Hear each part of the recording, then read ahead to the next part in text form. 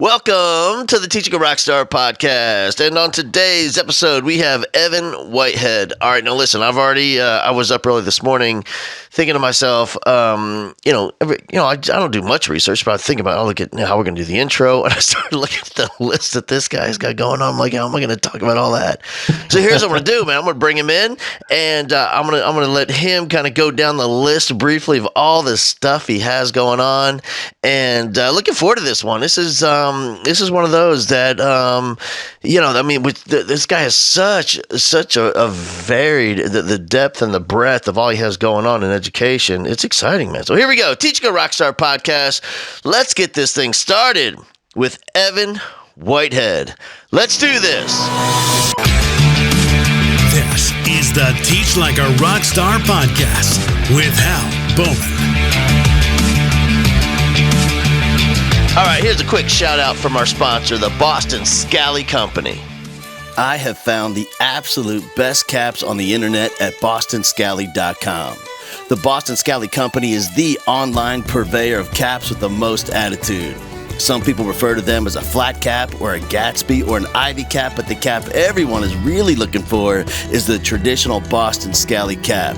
Founded by the son of a lifelong educator, the Boston Scally Company designs and sells caps that capture the unique culture of the Boston people with an authentic style that is filled with blue-collar sarcasm, rugged integrity, and a truckload of attitude. Pick up the authentic Boston Scally cap at bostonscally.com. The Teach Like a Rockstar podcast with Hal Bowman. You have got to explain to me, how do you have so much going? Like, I got 2 things on my bio, and like I'm looking at you, I was like, man, I got to get a little bit more busy in my life. Oh man. Hey, let's start. It looks like you you have like an everyday gig at the central office. Yes, sir. That's correct. All right, let's start with that. Like, what do you got going on there? So, I am Director of Special Services. I've been in central office administration for 10 years now. And Special Services Director is pretty much everything under the kitchen sink, oftentimes jobs that other folks either don't want to do or historically have not been able to do. And really what I cover is special education services, English learners, Title I Director, also 504 plans, health services, and McKinney-Vento, and also early childhood education is all under my department. All the stuff that, I'm wondering, like in that job description, when you first signed up for that gig, did you know it was all that? No, I did not. Actually, about 10 years ago, when I started in central office administration, I thought special services was just special education, which is my background. And I quickly learned on the job that it encompassed all these other programs and services. However, for me, that was great because it was a lot of my passions, a lot of my interests. So it kind of fell right into my lap in doing so. You know what? I have a couple of friends that has the exact same title here in Texas. And one, I was talking to her, she's on the job maybe a couple of months and was coming from a giant high school director of special education. And now she's at a district with a few high schools and she's listing that same list that you have. And I told her, I said, hey, based on my experience, do you want me to tell you where job really is? And she goes, okay, what? I said, your job really is to try and not to get this district sued. That's what your 100%, job is. 100%. That's the whole job, man. Yeah. And then the other person I was about to tell you about is she is also in a smaller district, and she has the exact same title. A laundry list. And one day I was there when the superintendent was introducing all the leadership at the central office level, and he got to her, and he said that everything that you don't know how to do in your job, that's what she does. And I'm not sure exactly what that is, but we're going to keep her around. That was it. For sure. Yeah. For sure. Hey, how did you get there from, did you show up from a campus or were you teaching the classroom or principal? Man, brother, I've been in education for over 20 years. Yep. Actually started, this is my 22nd, and I had a unique path to getting into education. It's not something that I thought I would begin. And ironically, it's something I ended up falling in love with. I started as a crisis interventionist and a teacher assistant paraprofessional in a therapeutic day school. So for all those that do not know what that is, That's me. a therapeutic day school and for special education are for the students that have IEPs, receiving special education services, typically with a disability category of emotional disturbance or behavioral disability. And because they cannot receive the support in their home school, whether it's high school, middle school, they have to go to an alternative setting that's more intensive. So oftentimes these are students with pretty extreme external behaviors. So it could be aggressive behaviors, violence, etc., or it could be extreme internal behaviors, such as deep depression, anxiety, in which they may want to harm themselves or others because of their disability. Yeah, I know there's a couple of schools I've worked with that sound like that, and one of them, I know that they bus kids in on Monday and they send them home on Friday, and so they spend the night. Right. Well, yeah, that's unfortunately, sometimes the local school districts do not have the support of the continuum of services for those students. So the only option is for those students to go other places. So I started in with that, and I had taken a short hiatus from my bachelor's degree, and I decided to wanted to work. And my mom, who I'm so thankful for, was working in an alternative school for students with autism. And she said, you know what? One of our schools is hiring. She didn't tell me what it was, what type of school it was. She said, you've always been great with kids. I think you should go apply. So I walked in cold, had no idea what it was, got hired. And on the first week that I worked there, it was very, very deep to me, and it resonated with me. And because it was a school in which if the students are going to harm themselves or others, you have to manage that. So we were trained in what most folks are familiar with as CPI, crisis prevention and intervention. And I had to do a physical management, a physical hold on the first week I was there on the job. And I can tell you, brother, it was it's something that still sticks with me today, because as an adult, you never want to have to physically manage a child. I don't care how big, how small, how old they are. At the end of the day, it's still a child. And if people tell you that it doesn't affect them and it doesn't have an impact on them when they have to use their physical strength as an adult to restrain a child or hold them or just protect them for that, they're lying to you. Because that first experience was so profound to me that I never wanted to have to do that again. So the way in which I attacked education from that standpoint continued to be building relationships, building rapport. So then I could have a relationship to help reduce the likelihood of that happening. And that's really what it's about. It's about being able to de-escalate and not have to go to a physical, situation. However, I think that rooted into me so that I was able to do that moving forward. And I've adapted that to every area of my professional career, whether I'm in the classroom, whether I'm working with families and parents, even as an administrator, working with my staff, making those connections, building those relationships, and putting deposits of social capital in so that when a crisis does come up, I can take a withdrawal. They can take a withdrawal without it becoming personal and being really damaging to the overall culture, climate, and the students and staff and the families we serve. You know what, man? Just listen to all that. One of the things that makes me think, when people ask me about my experiences in the profession, in the classroom, and I always say, man, I'm not sure I was ever great at much of anything, but one thing I felt like I was really, really good at was not taking things personally. And that alone, that one tiny thing has prevented so much exhaustion and stress and anxiety for both me and kids and their parents. And how many times have I seen, in a school setting where someone doesn't have that same mindset and they take it all personally. And we're talking, this kid is 9 and you're taking it personally from a 9-year-old, man. Like, he's supposed to act that way. Look at his life. Look at his story. Of course he behaves that way. But when you see that interaction, that back and forth, the screaming back and forth and engaging with a child because of taking it personally, the anger and the emotion that's built up within the adult, man, I'm not, it's always like, I watch it. I wonder, like, where do you even begin on how to counsel an educator? Right. The work that I'm doing right now, currently, with Dr. Ruby Payne and her newest book in training, Emotional Poverty, and it talks about reducing violence, anger, and anxiety in the classroom. One of the topics that's discussed within the book and also the training is called the emotional dance in the classroom.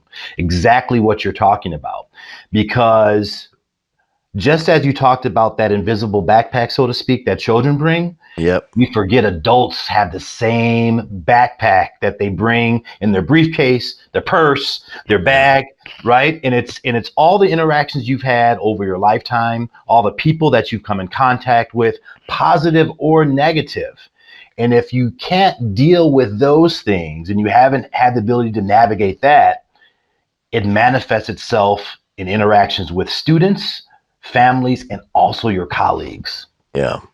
You know, when I said I wasn't good at a few things, like that's one thing I'm not good at. I'm completely self-aware, and that is providing grace to the educator because of their invisible backpack. In my mind, I don't know why, like I always go into this protection mode of the kid, and I'm focused on the kid and their story, but I forget, like way, way too often, that adult, that they have a story too. And you're right, man. They have millions of experiences across the course of their lifetime that triggers all different kinds of emotion. And you know, in my life, in my work, that's one thing I'm trying to do a way better job at, is providing grace and recognize that as well. For sure, for sure. It's also one of the things that I have looked at to try to work on as well, and I'll talk about that a little bit later. Is the social emotional development, learning, emotional wellness, the self-care that's needed for adults as well. Because if you don't take care of yourself, if you're not the best self you can't be the best you can for others, for your family, your friends, the students you serve and the families you serve, and the folks you lead. You can't do that. So understanding that, figuring that out, definitely is important. And I got some tips I want to share with the folks out there as well, kind of what guides me to do that, and also what I try to carry over as well. But Before you go on, man, like that right there, because we always have that saying that comes to us on different there's like a theme and variations on the same thing, and that is, a teacher cannot give away that which they do not have. And I get it. And I love it, and I believe it. Like I truly believe the educator in the classroom ultimately is the ceiling of the success that we can achieve in our classroom. Like they are the limiting factor for sure, and I believe it. And so like those tips that's like perfect. That's exactly like what I know, what I need. Because I spend my work, I spend so much time on the SEL of the kid, and that's only half the equation. And the educator, the other side of the equation, that is, I think, an area where there's just not enough information out there. I agree. So kind of fast forward from when I was in the classroom during that as a paraprofessional and a crisis interventionist. I went back to school because I wanted to really make an impact in the classroom. So I became a special education teacher. And most of my training during my undergrad that I did in terms of my classroom value observations, in terms of the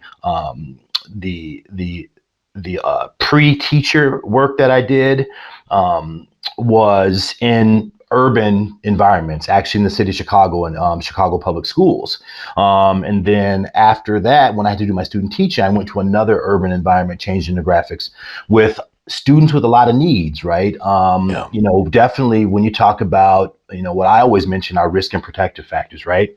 Risk factors are those environmental pieces that create a situation in which the likelihood of students being successful, whether it's in school or whether it's in life, are increased, such as, single parent families, such as, violence, crime, such as areas like, just the sheer fact that unemployment, is there, and then the cycles that it created. And then when you look at protective factors, those are things such as, stable families, functional families, healthcare, access, and opportunities. Also, and when you look at that, you can compare certain communities that don't have as many protective factors but have more risk factors, and you see the outcomes. So oftentimes, in terms of that, a lot of that training was good for me because it allowed me to understand that and navigate that as well. So when I started teaching, I wanted to teach and make connections and contact and also be there for folks that traditionally may not have someone like myself that can help provide that support, help provide those resources, help them navigate and understand that as well. So in the classroom, I went to areas that I wanted to make an impact. Then moving on, I went to another district in which I was doing classroom teaching for special education, but also I was community outreach coordinator. And that encompassed doing program supports, services for Latino families. In the first program that we had a Saturday program where we had 300 families every Saturday, in which we provided free transportation, free childcare, English classes, and citizenship classes. And once a month we had a guest speaker, and it was all free. And it was really part of a true grassroots community outreach effort because of changing demographics. And then my other role was to work with other typically marginalized groups, specifically African American, low income, doing the same thing as well, creating programs, services, supports, but also working with the students with that. And on top of that, it was my first true experience digging deep and working with educators, my colleagues and other staff, and helping them understand and navigate how to work with folks from different backgrounds and understand that and what does that mean.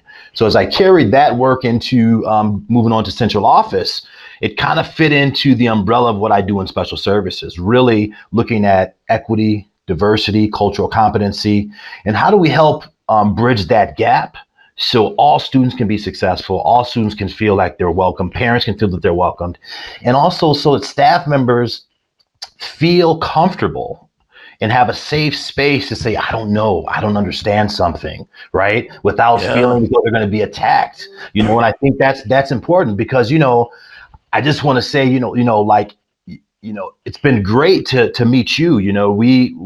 I reached out to you because of the great conversation you had with Brother Vernon Wright, on your show, and you all had a great dialogue talking about how people can be connected, even though they don't have the same backgrounds, they're not the same race, ethnicity, religion, but when there's a connectiveness, a shared connectiveness, what that means, how you can move forward. And the conversation that really resonated with me was when you were talking about changing demographics and how much that has an impact on communities, and that if people don't feel safe and they don't feel comfortable, or they can't ask questions, or they just don't know, right? When we don't tap into that and look at it as a way to help learn, what can happen, right? Folks feel uncomfortable. Folks leave. Teachers leave. Parents feel a certain way. You start having these conversations about them, us, we, them, and it just creates a barrier, all because most oftentimes we are afraid to talk about what we don't know and ask questions. That's so true. That I can't tell you how many sessions I sat in when I was in these different schools that had these changing demographics, and where I would be compelled, or someone would be compelled to, raise a hand, ask a question, and speak specifically about, now our kids are predominantly, in one school was, Black kids that come from poverty.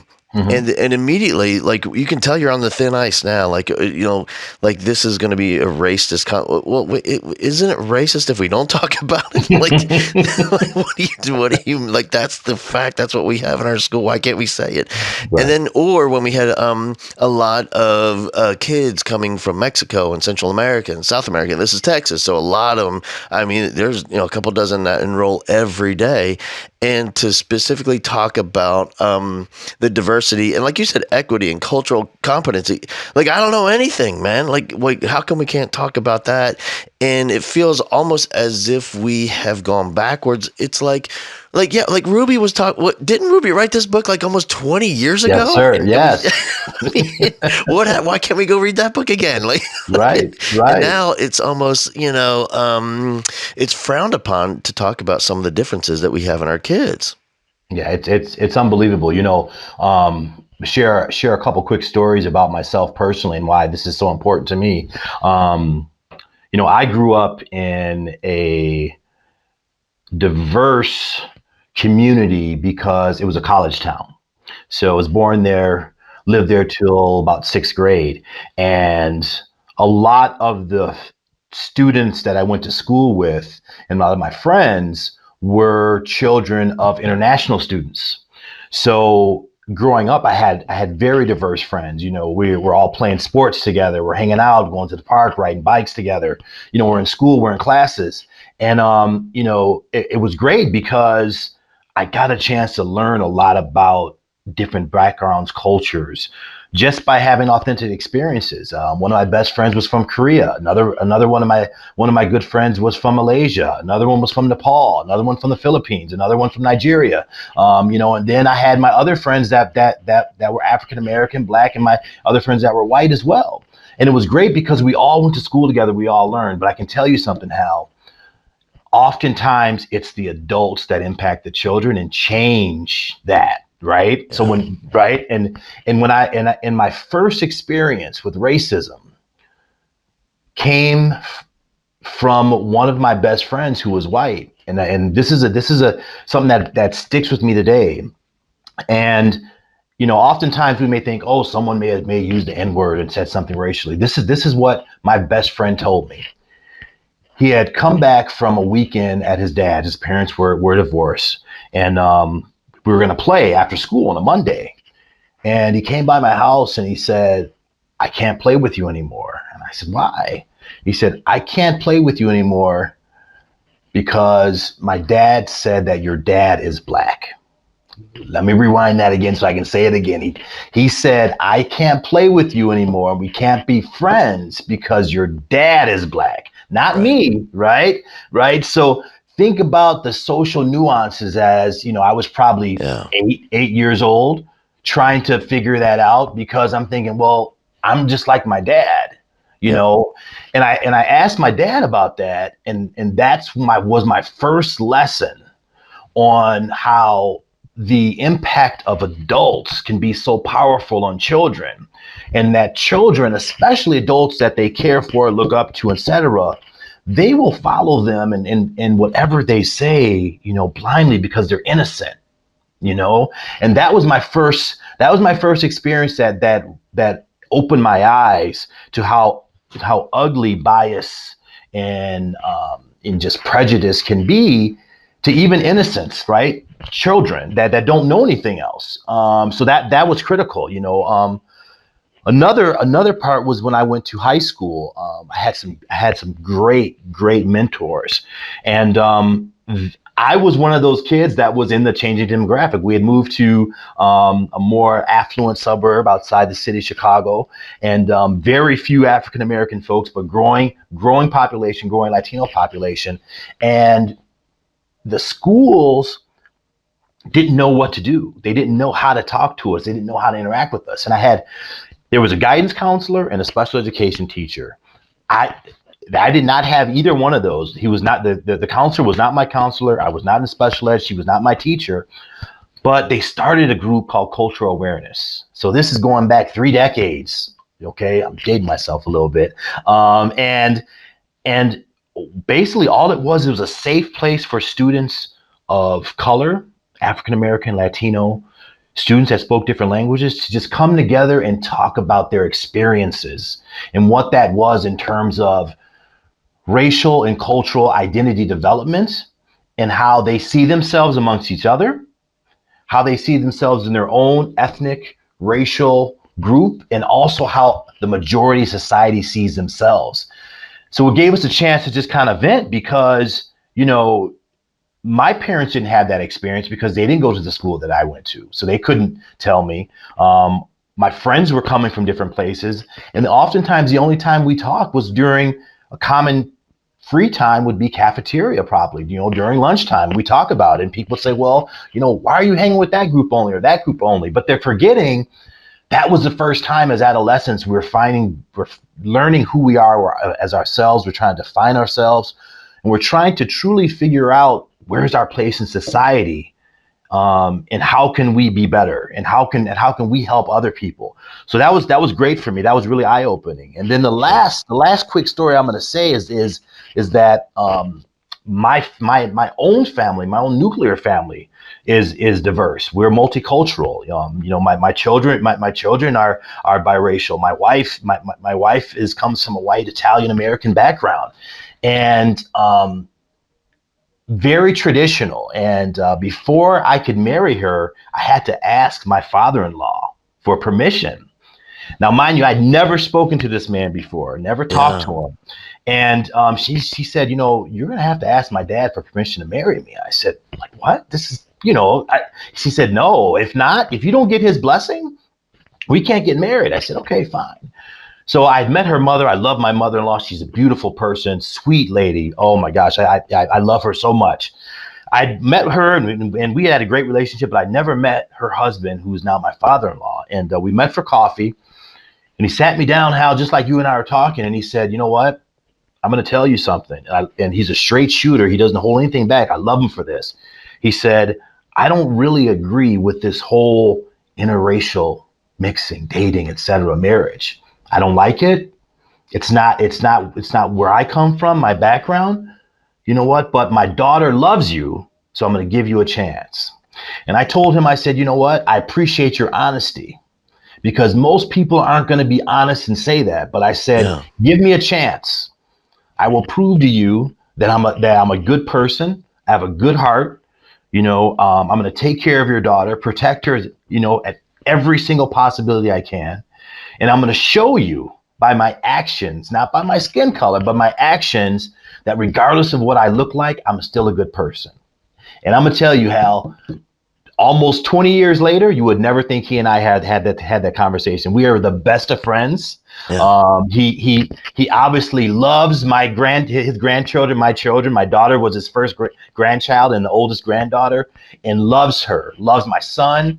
And I truly believe that had he not been authentic with me, and I've been authentic with him about that and offering that opportunity, we wouldn't be where we are today.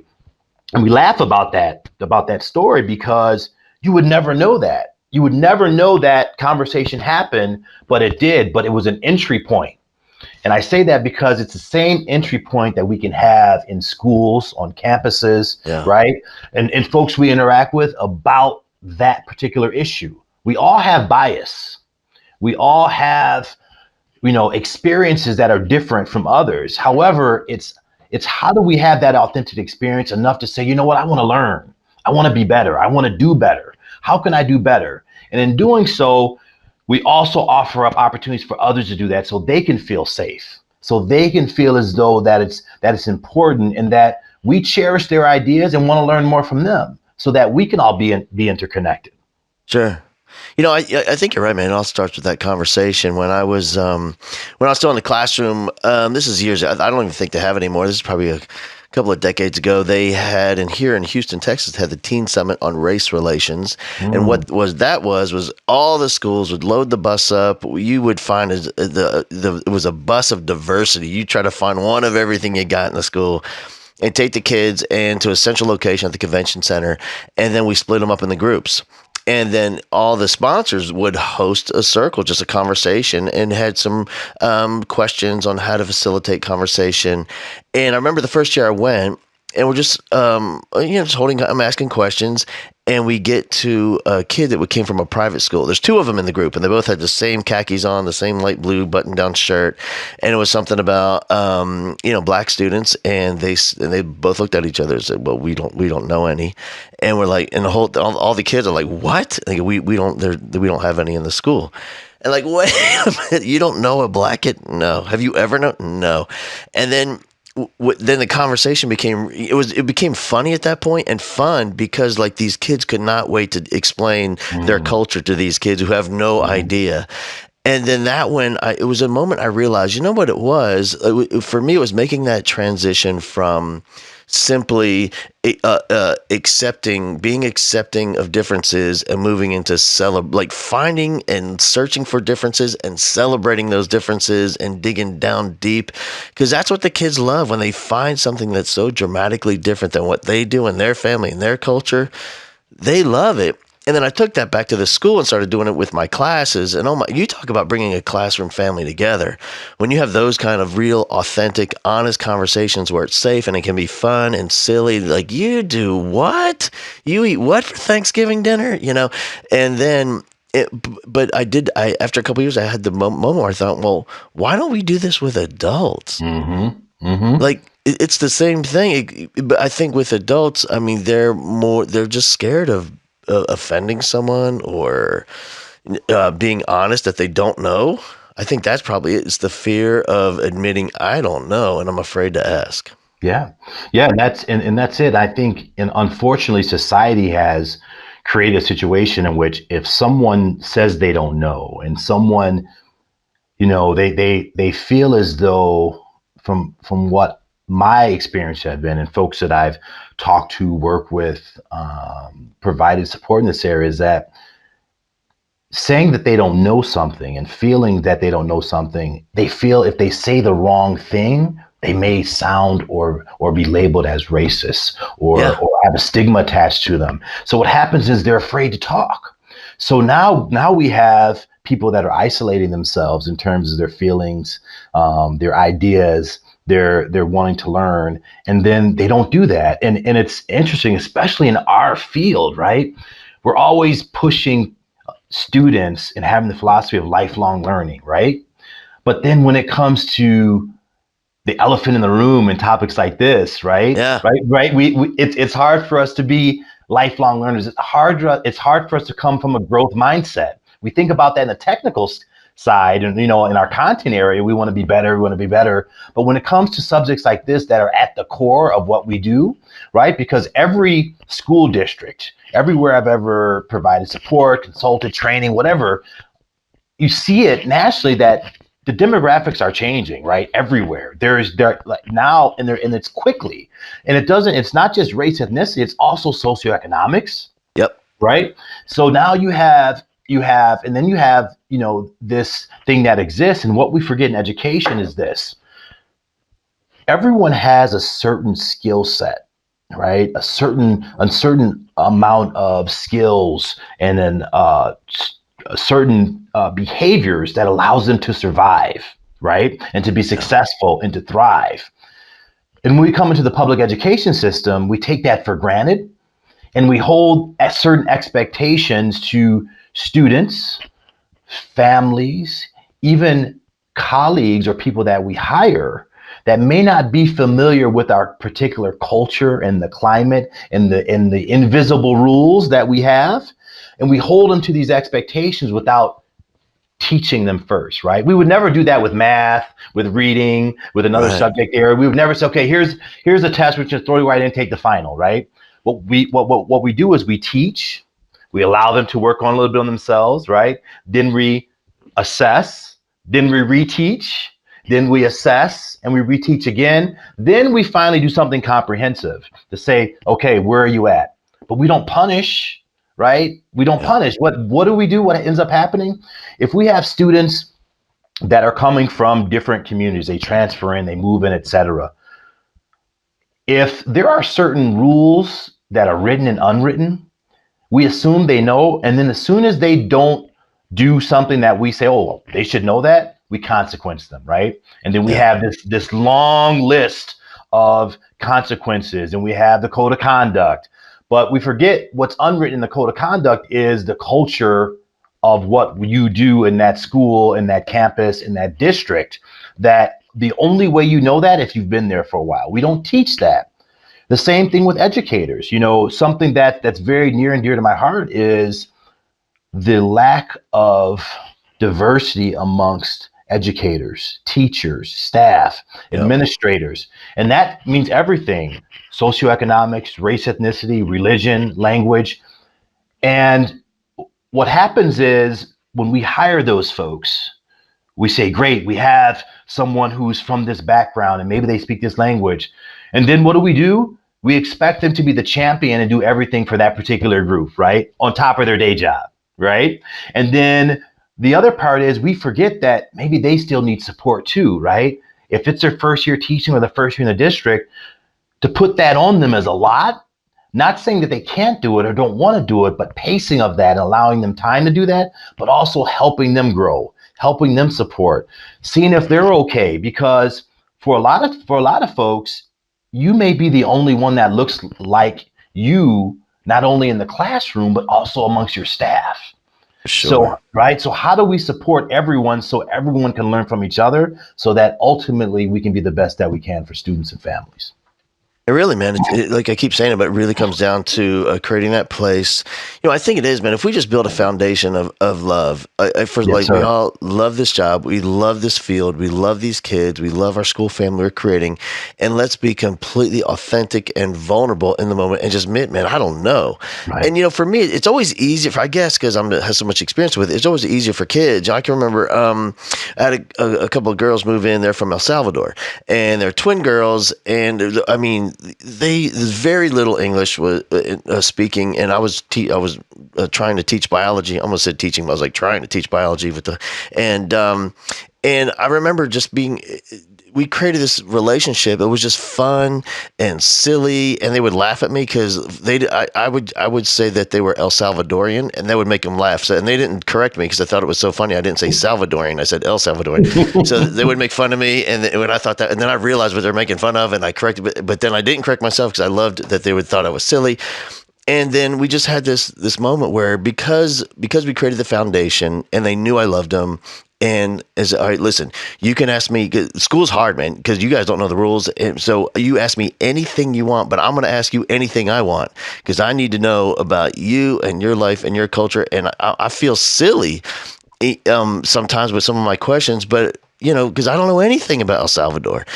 And what it did was it created just an easy relationship, like easy conversation. And just because we built on a foundation of more than acceptance. For sure. Because it goes beyond that, right? Accepting is okay, but how can we go beyond that, right? Because it has to be there. It has to be authentic. It has to be something that we say, yeah, we accept you, but now let me learn more. So I can be a better person. So I can be a better friend, a better colleague, right? And that I have found that if you are authentic and genuine, it comes from the right place where it's the heart, right? A lot of excuses go to the wayside, and also people are so much more willing to learn from you and with you. It's so critical. A lot of my work that I do now at the central office level is working with families and parents, right? Oftentimes there's a disconnect between the school and the families because the families have one idea or one experience about what school was when they were going to school, where their school was, and then what's happening with their child, and especially I recognize it in the area of special education when it comes to having those individual education plan meetings, the IEP meetings, the annual reviews, 3-year reevaluations, because oftentimes, like we talked about earlier, right, the invisible backpack of the adults. Yeah. What are the parents coming into those meetings about with their experiences, right? And especially when you are talking about special education as it relates to students from diverse backgrounds and settings, right? Because now you have all these other variables built in. Not only are we talking about disability, but we're also talking about disability amongst students of color, families of color, students with diverse language experiences, religions, and now the whole idea in the cultural aspect of what education means, what schooling means, and also idea of a disability has all these other constructs that are personal to everyone else because of their experiences. And, how do we navigate that? And I work with parents a lot and families a lot. And philosophically, as my role as director of special education in districts over the years, my job has always been, how do I create that safe environment? How do I help bridge the gap? How do I meet parents where they are, right? The meeting in special ed's already scary enough. It's intimidating. You got 10 or 12 educators talking all this educator ease, as I say, using all these acronyms, right? And then you have the parents walk in, and yes, we know on paper that they're part of the team, right? However, they walk in, they've never even met these folks, right? And then all of a sudden, these educators were talking, and we're using these acronyms, and we're using multisyllabic words, and we're throwing these phrases around, and then we forget, wow, what if the parents have never heard these expressions? What if they're not familiar with school? What if they don't even like school because of what happened to them, right? And then what do? We make an environment where there's even more angst, there's even more stress. And then on top of that, we say, oh, by the way, your child has this problem, this problem, this problem, and this problem, right? So I always go back and say, how can we make sure we create an environment and build rapport with parents first, right? Get them in the door, meet them where they're at, go to their house, whatever we need to do to make a connection and make them feel comfortable and safe so they can be a true part of their team. So it's authentic, because if not, we're always going to have this us versus them, right? And then you talk about sensitive situations where there's a stigma involved, right? And then there could be another stigma involved because of their racial or ethnic background or socioeconomic status, religion, or even now we talk about what is their citizenship status, right? You put all those things together, and then it's like, what are we doing to try to peel some of those layers back and make folks feel comfortable, make them feel like they're part of the team, make them feel like, you know what, I'm welcomed here and it's okay. And then I can feel safe as a parent, right, of allowing my child to be with these adults. And I feel that my child is going to be protective. They're going to be safe, and they're going to get what they need. Yeah. For a moment there, you're speaking, and I was thinking, like, it's almost as if you're going to go, you're told, okay, you're going to India and you're going to be on a professional cricket team. And like, I don't speak the language. I don't know who the players are. I don't know what their roles are on the field. I don't know what this equipment is we're using. I don't have the jargon that they use in part. But then it's that 10 times so much worse, because when you put in the stigma or something they feel like they're not a part of because of race or socioeconomic status, or, like you said, even citizenship, anything, it's tenfold worse than that. It is. And, our job as adults is to make sure the students feel safe, and to also make sure that the staff members are comfortable with working with those students as well. So, what I always think about, which goes back to, what are we doing for adults in our buildings? How do we support them? Is, there's this thing called multi-tiered system of support, right? Which used to be RTI, PBIS, et cetera. But going back to what are we doing for adults and social emotional learning, what about the MTSS for adults, right? Because the same rules apply where, you talk about 80% of the students are going to get what they need. They're going to be successful. 10 to 15% are going to need a little extra more, a little more push, strategy, support, academic or behavioral. Then that 1 to 5%, they're going to need complete wraparound support. Could be special education courses, could be a Section 504 plan, could be outside support from counselors, social service agencies, could be agencies to help the families, right? Yep. But we forget about the adults. So it goes back the same way. How do we apply that to adults? That's something I've always done as well. And everything that I do as an educator, as a leader, I think about a three-pronged approach: students, staff, and families. We can apply the same MTSS to staff and families, because why? We know that 80% of the time, most people are going to do what you say, what you ask, what you need. They're not going to need much prodding, support, etc. But you're going to have that 10 to 15%. They're going to need a little bit extra. At some point in time, they're going to need a little extra more. They may need someone to kind of coach them in a certain way. They may need some consulting. They may need a mentor in their lives. They may need someone from the outside. They may need some mental health support. They may need some physical support from a doctor, right? Then you got that 1 to 5%. You may do everything possible within the capacity that you have to do, but what you have within your building and your campus and your district may not be enough. So you got to go outside. And that's where the true partnership comes into play. And how do we break that down, right? Because I may be the best math teacher there is, and I know my content, front, back, side, left, forward, etc. But if I can't make relationships and build relationships with students, with my colleagues, with families, I'm not going to be successful. So how do we then, scale that down? How do we then look at providing interventions, support, and differentiate, right, the professional development for staff in the affective domain. We're always pushing, content, skill, content. But what about this, what we're talking about, Hal? What we're talking about is the social emotional, understanding, cultural diversity, equity, right? How do we begin to do that and saying, okay, we're going to make sure everyone gets this, no matter who they are, whoever comes to our doors, what adult works with us. Then the next phase is, what about those that still need extra? What do we do? What do we need? How do we provide that for them? So then at the end of the day, it becomes systemic through our culture. And it's just not a one-stop, okay, we're going to do a diversity training. Come in. Oh, great. That's fine. Right. But what happens after that person leaves? How are we building capacity to make sure that there's sustainability in the work? Right. But it takes time, it takes effort, it takes the transparency, it takes the honesty that you and I have been talking about to do that. But once we know that, we have to look at our professional development side that way. And that's what folks like myself, obviously Dr. Payne do, folks like yourself, right? Folks like Vernon Wright. Everybody that's doing this work, we look at the person first before the content. And making sure that if the person is not where they need to be, they can't be successful. So that's why I always look at that. What are we looking at? The wellness? What are we looking sure that people are ready to do their job, being their best selves? And that goes into what I call, and I try to live by this as much as I can, that has helped me in terms of my 3 Bs. My 3 Bs, and that's balance, boundaries, and breaks.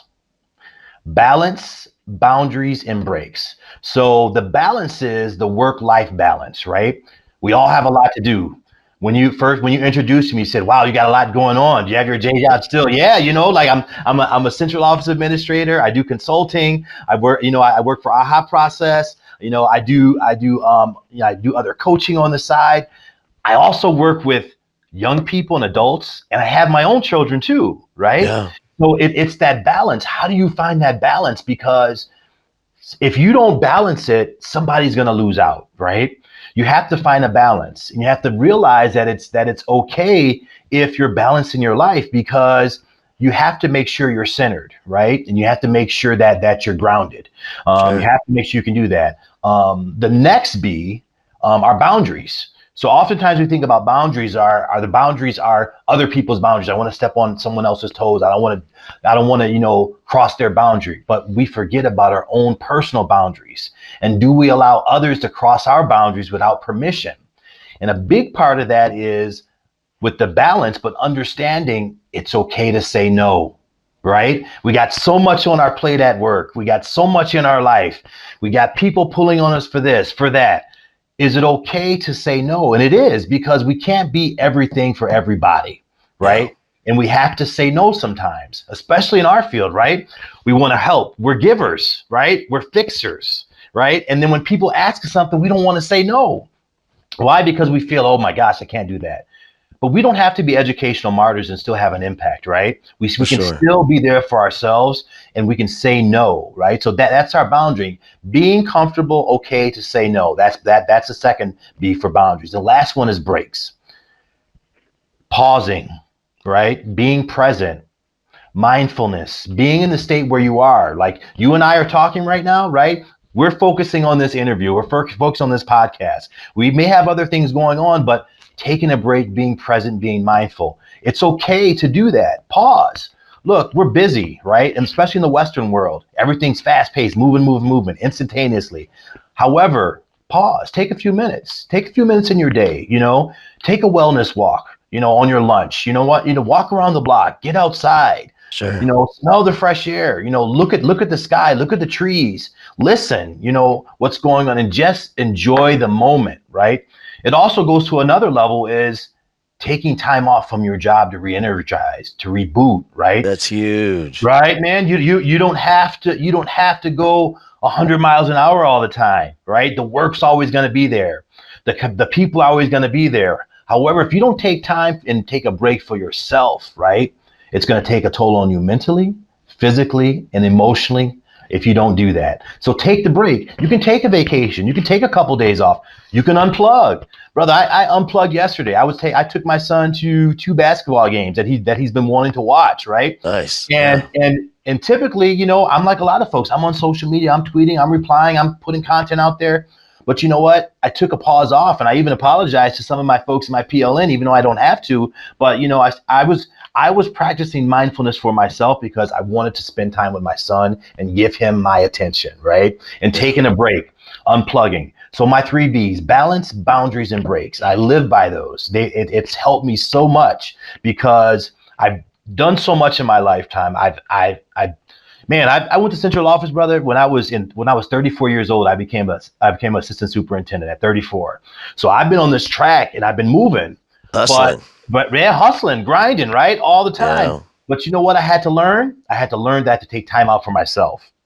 Isn't it And I had interesting how it takes a while? Like it takes some maturity and wisdom and Yes, sir. experiences, and I mean just chronological time. Like as you get older, I would have to realize, maybe this year. And I'm 52, man. Maybe it was this year that I realized after I'm on the road, I do 3, 4, 5 gigs in a row.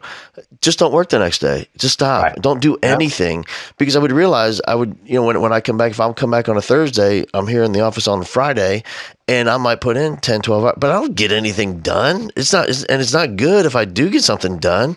But if I take just one day and just shut it down completely and do nothing, like other than what you said, walk, go get some healthy food and prepare my meals for the week, and just relax, then I'm just so good the next week after that. I'm so much better professionally, so more creative, so more resourceful, just by taking a day to shut it down.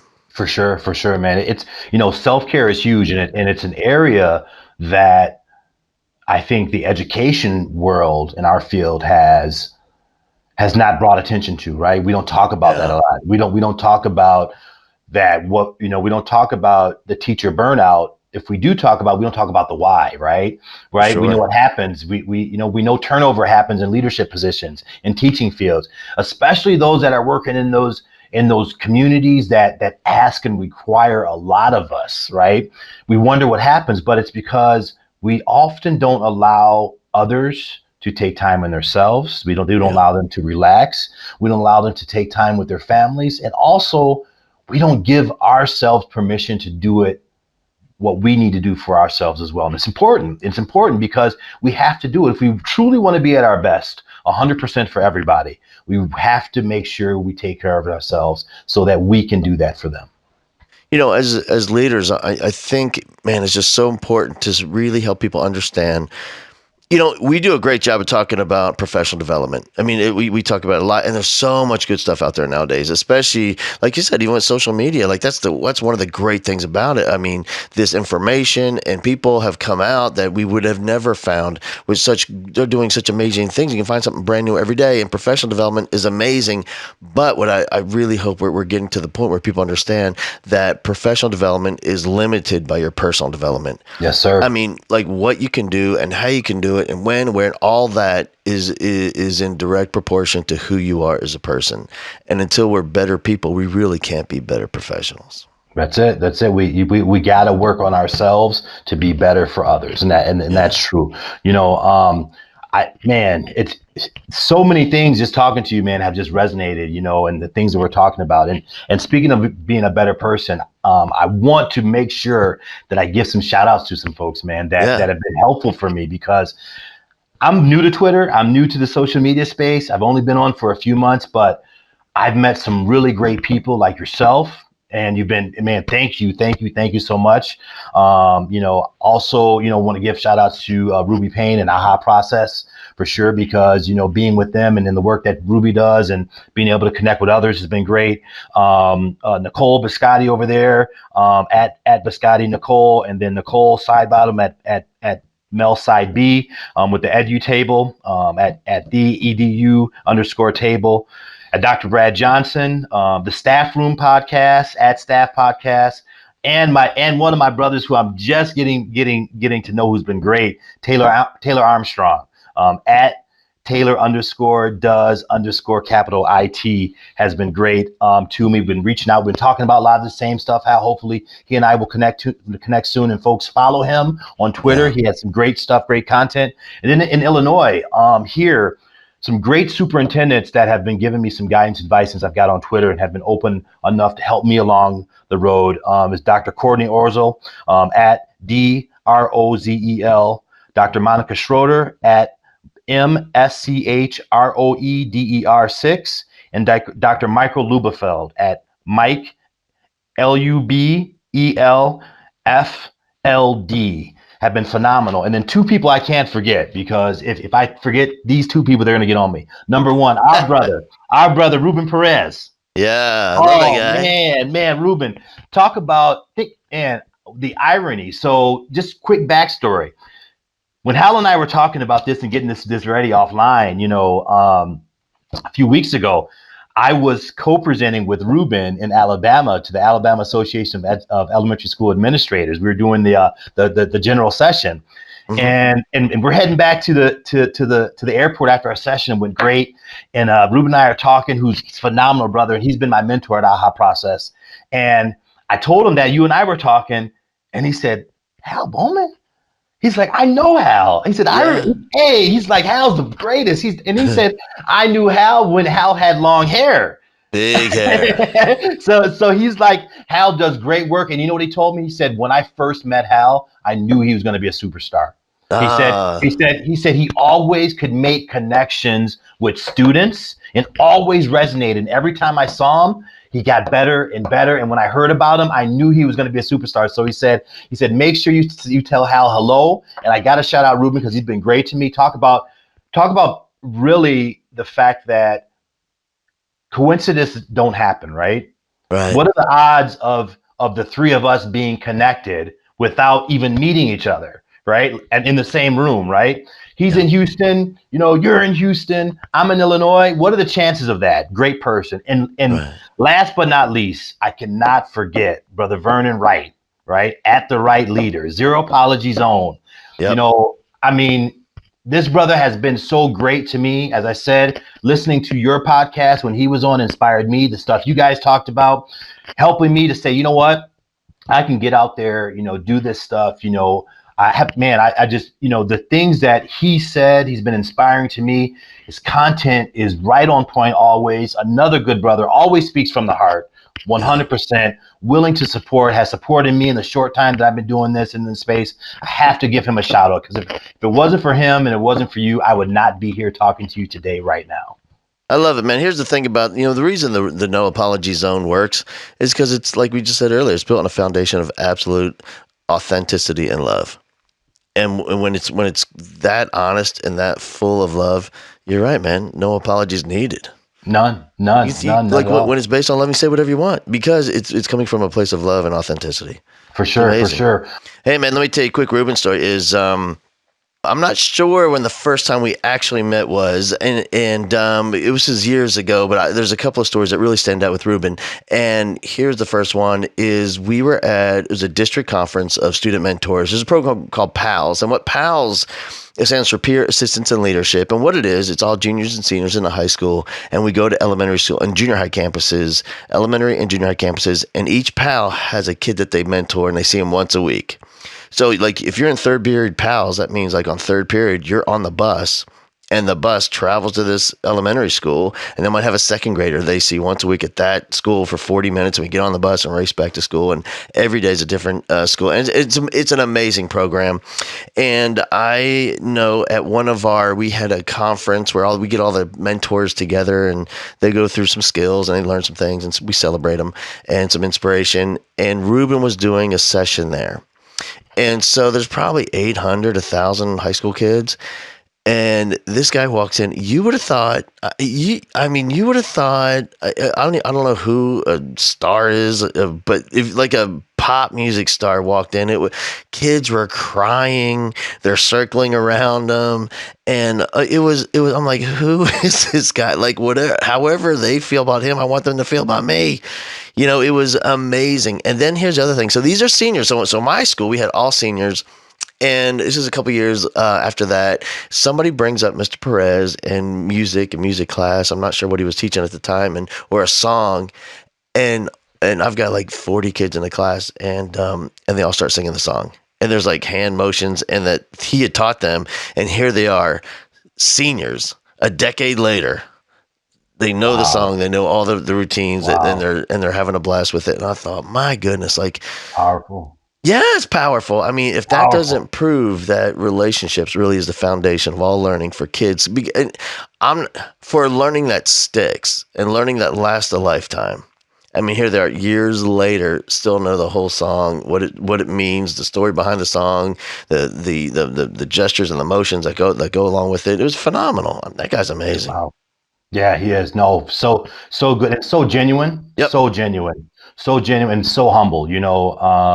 He's been very, very good to me. So definitely, folks, check him out at rubenspeaking.com. He does good stuff, great stuff, Yeah. connects with kids, adults, and captivates an audience. Man, I mean, like this brother is able to really, really, really. He digs down deep and shares personal experiences to let everyone know that what your experience isn't that much different than someone else's, but he makes it relatable and he's great. He's phenomenal. Yeah. Hey, how did you get started with the AHA Process organization with Dr. Ruby Payne? Sure. Well, it was interesting, and we, like most folks, actually wanted Ruby Payne to come and provide some training, workshop, et cetera, for our district. Mm-hmm. And it goes back to what I was saying earlier: is understanding your staff, your families, your community, and how can we help everyone get to a place where they understand equity, diversity, cultural competency. So my superintendent and I were having a conversation about it. And I said, if we're going to do this, we need to be mindful of the way that we're going to do it.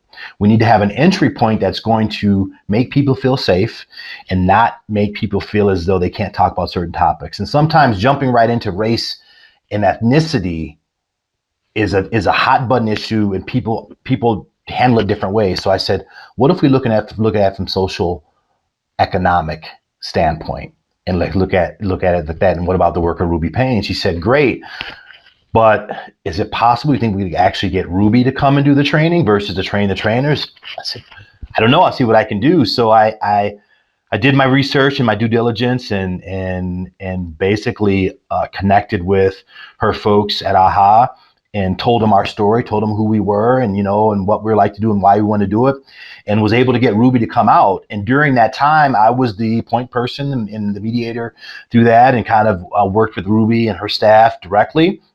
And then when she came to present, I was her liaison in the district and walked her around and introduced her folks, and we had a chance to talk. And just like you and I were talking, brother, she had the same similar conversation with me and Yeah. was like, Evan, I really would like to talk to you about possibly doing some work at AHA because it sounds like you have a lot to share. You have a great message, and basically, there's somebody out there or some people out there that could benefit from it and want to do that. So, did that, and then we stayed in contact, stayed in touch, and it went from there. And then I became a consultant, national trainer, and certified trainer in emotional poverty. And so I provide training for that. And then I also and also through AHA process, I'm a national consultant. So AHA sends me to work with campuses and districts and organizations as well nationally to do that work as well. But it's been phenomenal. And I can tell you, Ruby is so down to earth. She's a great person, very humble. Yeah. Another person just like yourself and Ruben and Vernon, who are very humble, just willing to reach out, help folks, and genuine. So I love what she's doing. I love her work, and she's been a great person, great mentor to me along the way. It really is true. That might have been one of the only professional development events I've actually had an aha. Like you can't not in her work. Like when you take the quiz or you read some of just the first opening parts of the book, or just maybe her first 30 minutes of speaking, it's like, oh my God, that's I get it. Wow, Yes, there it sir. is. It's so true. Yes, it is. Yes, it is. So, always, very thankful to the people I meet along my way, the journey, the people that support me, the folks that just give me a chance, because that's what I try to do. And I make sure I try to give back, right? Because Yeah. that's what it's all about. It comes full circle. I'm always intentional about my work. I'm intentional about my relationships. I'm intentional about the opportunities I provide for my own children to make sure that they understand the value of building relationships and also understand that they have opportunities and access to things that others don't. But that doesn't mean that they're better than. They're just different. Yeah. So I always try to find ways in which they can interact with young people that have different backgrounds than them, that live different places than them, because they need to understand that, because that, like I had, can carry them over to adulthood, and hopefully they end up doing that when they get adults and they have children. Yeah, for sure. All right, man. Listen, I can't. My gosh, that's so much. That's probably 3 podcasts in one, man. I think you're getting 3 for 1 of that. That's so much good stuff, man. Listen, I really, really appreciate your work, and and the fact that you're out there in so many different vehicles, providing content and information for people in all that you do in the district, on the road, nationally, consulting individuals. Man, it's just phenomenal. And this is what I love about this profession. There are so many just heroic professionals doing the greatest work on the planet, serving other people. I mean, it's amazing. And I really appreciate you spending time with me. Thank you, Hal. Appreciate it, brother. This has been the Teach Like a Rockstar podcast with Hal Bowman. Subscribe, rate, and share from halbowman.com/podcast.